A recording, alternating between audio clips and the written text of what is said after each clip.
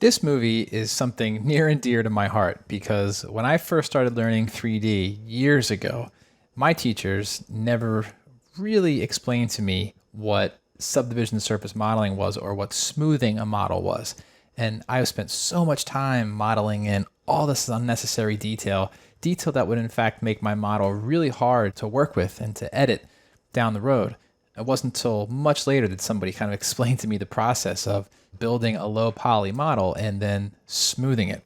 So, for those of you that are potentially new to 3D modeling, this movie is for you. So let's zoom in here, somewhere around here. Now, those of you that are coming from a 2D background, perhaps Illustrator or Photoshop, you're very familiar with Bezier pen tools, right? So let me just go to the top view here, and we'll just create some points here, right? Now, with these 3 points created, typically what you would see is something like that, right? So it takes, point 1, 2, and 3 and tries to draw a smooth arc between them. And as you know from the 2D applications, if you start moving this around and rotating it, it will continue to try and interpolate the best curve in between there, right? So think about low poly modeling as something that looks like this. So you have the top point, the middle point, and the bottom point, but they're linear, right? There's no smoothing going on here. Think about subdivision surface modeling as taking something like this, hitting a button, and now all of a sudden it looks like that.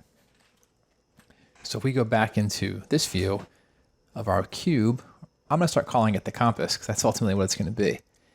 You can kind of picture what's going on here as what we just looked at. So you have this point here, point 1, 2, 3, and 4. So when I drop it into a subdivision surface object, it's going to try and smooth out these places. However, where it runs into an edge, it's going to say, oh, okay, well, this should probably be straight, and the rest of it can be smoothed out. So you're putting in these edges to control where the smoothing is taking place. So the best way to describe it, or the best way to show it, is just to show it. But before we do that, I'm going to make a cube, make it real tiny, 10 by 10 by 10. And after that little explanation, let's see if you can guess. All right, this point here is going to try to smooth with this point here. So it's going to draw a perfect arc between those two and between these two, right? So you can kind of guess, well, if it's drawing perfect curves and perfect arcs between all these points, what's it going to look like when we drop it into the subdivision surface? Anyone want to take a guess? Go ahead. Picture in your mind what you expect this to look like when I let go of that. Were you right? So that's what's going on. Now, if I select the cube and then go into polygon mode and then turn it on and off, right? You can kind of see that's the polygon of the cube. That's also the polygon of the cube, but it's now being smoothed out. Okay, let's jump back to the compass. So if I take this, drop it into a subdivision surface object, check that out. So now you can see we're getting some really nice rounding going on there. Now the subdivision surface has 2 controls for smoothing. One for the editor, which is this view, and then one for the render. If I set the editor to 1, it's now really low poly, but I can set the render up to something like 4. And now when I render, it really makes a nice smooth image, even though I'm working at a much lower resolution, which I think is great, because you don't have to get your scene so heavy with a bunch of polygons if you don't really need it to be. So with the cube selected, actually, let's go back and make the editor like 2. 3, why not? So you can really see what's going on. Now, if I take the cube, what's really cool is that you can still work on this low poly version, but look at it through the subdivision surface by activating it. Now, when you move it around, see, you're working on those polygons, but you're getting the advantage of seeing it smooth as you edit, right? Which I think is really, really cool. So notice how this inside has a very straight edge here, and then it curves down into the bottom. That's why we put an edge loop in here. Although, there it is. Now we get a nice straight face before it curves off. So if I grab that edge, the one that we created before, and turn the subdivision back on, if I pull it up, you can kind of see it's totally changing. Now don't push it too far because then the geometry will go into itself. We don't want to do that.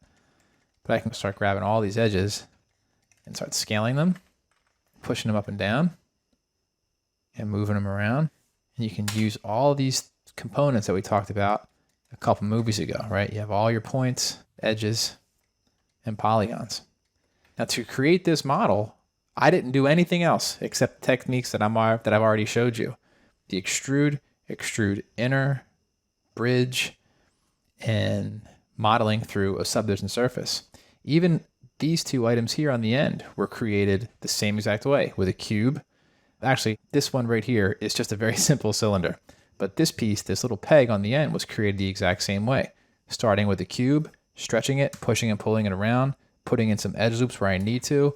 This way, when I go to smooth it, it doesn't just all turn like into a circle, like this one did, right? When we put the cube into a subdivision, it just kind of turns into a sphere. So the last thing I want to show you here in this movie is, does everybody notice how there's this blackish gray color going on here, right? Well, pay attention to that when you're modeling, because that's the Phong angle. It's a shading error. And that's these two brown dots right here. If I click on that, the angle is set to 80, and that's too high. So what we need to do is just slowly click and drag down, and you're going to see it pop. There's one pop, and then boom, there's another one. So right in there, 54. Now what's happening is that it's not going to try to artificially smooth out this polygon as it intersects with the others.